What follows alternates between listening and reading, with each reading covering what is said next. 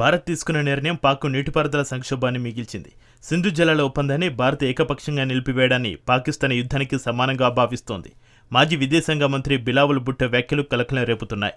భవిష్యత్తులో రెండు దేశాల మధ్య జల యుద్ధానికి నాంది పలికేలా ఆయన వ్యాఖ్యలున్నాయి. పాకిస్తాన్ మాజీ విదేశాంగ మంత్రి బిలావల్ భుట్టో జార్దరి సింధు జలాల ఒప్పందాన్ని ఇండియా నిలిపివేయడం యుద్ధానికి దారితీయవచ్చని వార్నింగ్ ఇచ్చాడు. ఇండియా చర్య చట్టవిరుద్ధమని, రెచ్చగొట్టేదని వ్యాఖ్యానించాడు. జలాల భాగస్వామ్య ఒప్పందాన్ని నిలిపివేసిన 2 నెలల తర్వాత ఆయన వ్యాఖ్యలు చేశాడు. తాము యుద్ధం కోరుకోవడం లేదని, కానీ నీటిని ఆయుధంగా ఉపయోగిస్తే పాకిస్తాన్ చర్య తీసుకోవాల్సి వస్తుంది అన్నాడు. గతంలోలాగా పాకిస్తాన్ భారతదేశాన్ని ఓడించే స్థితిలో ఉందంటూ బీరాలు పలికాడు. జాతీయ అసెంబ్లీ బడ్జెట్ సమావేశం సందర్భంగా పీసీసీ చైర్మన్ ఈ వ్యాఖ్యలు చేశాడు. ఏప్రిల్ 22న పహల్గామ్ ఉగ్రవాద దాడి తర్వాత 1960 ఒప్పందాన్ని ఏకపక్షంగా నిలిపివేయడం ద్వారా భారతదేశం అంతర్జాతీయ చట్టాన్ని ఉల్లంఘించిందని బిలావల్ భుట్టో ఆరోపించాడు. భారతదేశానికి 2 ఎంపికలు ఉన్నాయని, నీటిని అన్యాయంగా పంచుకోవడం, లేదంటే తాము 6 నదులు ఇండియా నుంచి తీసుకుంటామని ఆయన హెచ్చరించాడు.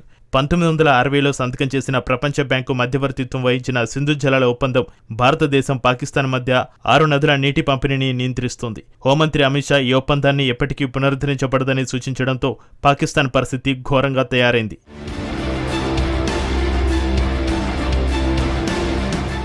పాకిస్తాన్ వ్యవసాయం దాదాపు పూర్తిగా సింధు నదీ వ్యవస్థపై ఆధారపడి ఉంది.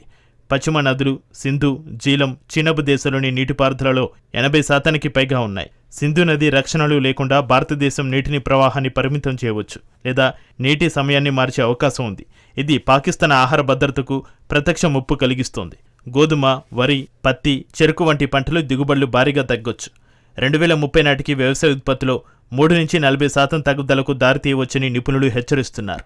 జనాభాలో దాదాపు 40% మంది వ్యవసాయంపై ఆధారపడి జీవిస్తారు. ఇది పాకిస్తాన్కు విపత్తుగా మారుతోంది. తార్పెల్లా, మంగళ, నీలం, జీలం వంటి జల విద్యుత్ కేంద్రాలు స్థిరమైన నదీ ప్రవాహాలపై ఆధారపడతాయి. ఇది పాకిస్తాన్ విద్యుత్తులో దాదాపు 30%కి సమానం. నీటి ప్రవాహం తగ్గడం వల్ల పాకిస్తాన్ ఉత్పత్తి సామర్థ్యం తగ్గింది. దిగుమతి చేసుకున్న ఇంధనం, థర్మల్ ప్లాంట్లపై ఆధారపడాల్సి వస్తోంది. భారీగా ఖర్చులు పెరుగుతున్నందున దేశ ఆర్థిక వ్యవస్థ చిన్నభిన్నం కానుంది.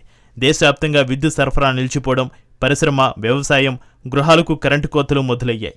ఇంధన సంక్షోభం ద్రవ్యోల్బణాన్ని మరింత తీవ్రతరం చేస్తోంది.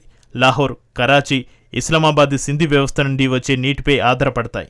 అకస్మాత్తుగా నీటిని తగ్గించడం లేదా నీటిని మళ్లించడం వల్ల తాగునీటి కొరత, పారిశుద్ధ్య సమస్యలు, ప్రజలు అశాంతికి గురవుతారు. గ్రామీణ ప్రాంతాల్లో తగ్గిన నదీ ప్రవాహం వల్ల సమాజాలు మరింత భూగర్భ జలాలను వెలుగు తీసుకునే అవకాశం ఉంది. జలాశయాలు మరింత క్షీణిస్తాయి. పంజాబ్, సింధు మధ్య నీటి వివాదాలు పెరుగుతాయి. పాకిస్తాన్ ఆర్థిక వ్యవస్థ ఎక్కువగా నీటిపై ఆధారపడి ఉంటుంది. వ్యవసాయం మాత్రమే జీడీపీలో 24%కి పైగా దోహదం చేస్తోంది. జనాభాలో ఎక్కువ మందికి ఉపాధి కల్పిస్తోంది. నీటి సరఫరాలో అంతరాయం ఏర్పడితే జీడీపీ 2% వరకు పడిపోవచ్చు. వ్యవసాయం, వస్త్ర పరిశ్రమ ఎగుమతి ఆదాయాలు పడిపోతాయి. ద్రవ్యోల్బణం పెరుగుతోంది. ప్రభుత్వ సబ్సిడీలు, అత్యవసర సహాయ ప్రత్యామ్నాయాలపై భారం పెరుగుతోంది. ఆర్థిక లోటును దిగజార్చుతోంది.